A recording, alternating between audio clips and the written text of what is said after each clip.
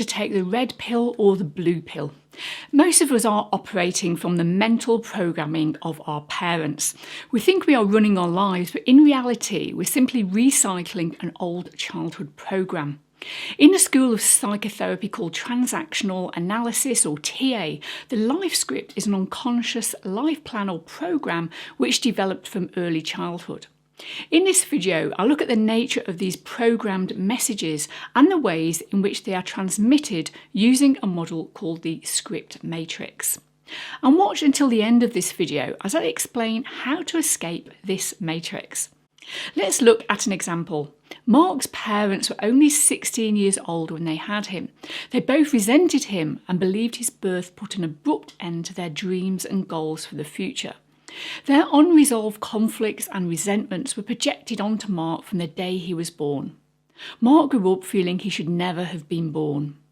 As a teenager, he experienced deep depression and regularly contemplated suicide. His only outlet was his love of mathematics, and by his mid-20s, he had completed his accountancy training and worked 70 hours a week as a chartered accountant. He unconsciously concluded, "It's okay for me to exist as long as I work hard." Let's map out this example using the script matrix model. If you've ever seen some of my TA videos, you'll know that we all have three distinct parts to the personality, known as parent, adult and child. These parts are called ego states, and each ego state consists of a set of behaviours, thoughts and feelings and reflects a different way you interact with the world and those around you. For example, when you're in your parent ego state, you're responding in ways copied from your parents or parental figures. When you're in your child ego state, you're responding as you did when a child. And when in your adult ego state, you're responding in ways which are direct, here and now response to events around you. I have an in-depth video on ego states and the link is in the description below. So here we can see Mark's ego states and the ego states of his mother and father.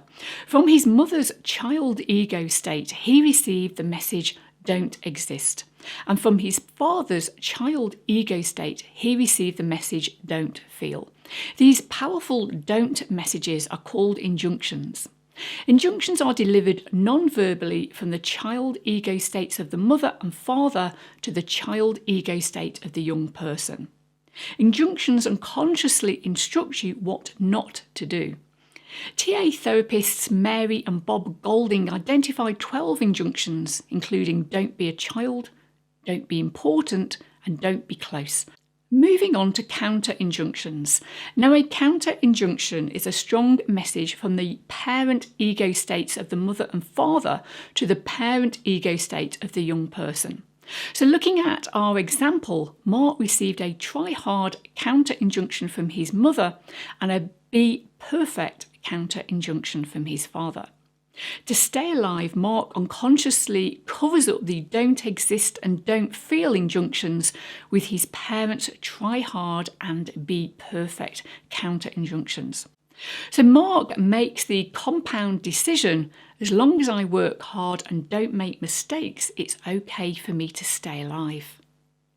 There are 5 commands in particular that play a special role in counter-injunctions: be perfect, be strong, try hard, please others and hurry up. These messages are called drivers, and I have a video on drivers and the link is in the description below this video. We then have the program, which consists of messages about how to do things. Program messages usually begin with how to. Mark's program messages, here's how to work hard and sit on your feelings.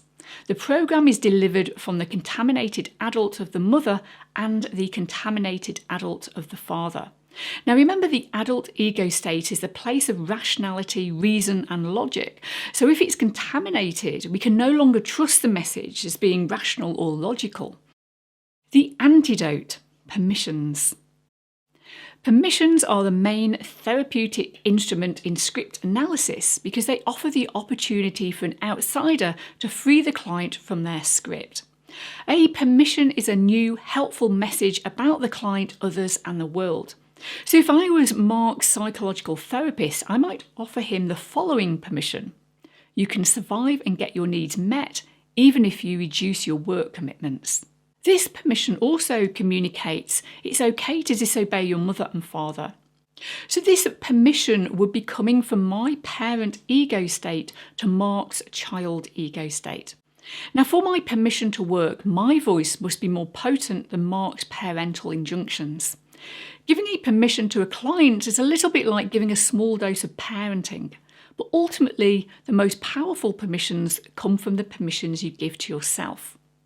Examples of permissions include the permission to exist, permission to experience sensations, think thoughts and feel feelings that are your own, permission to be emotionally close to others, and permission to find life meaningful. If you'd like to find out more about how you absorb negative programming from your parents, click on the video on the screen now, and I look forward to seeing you soon.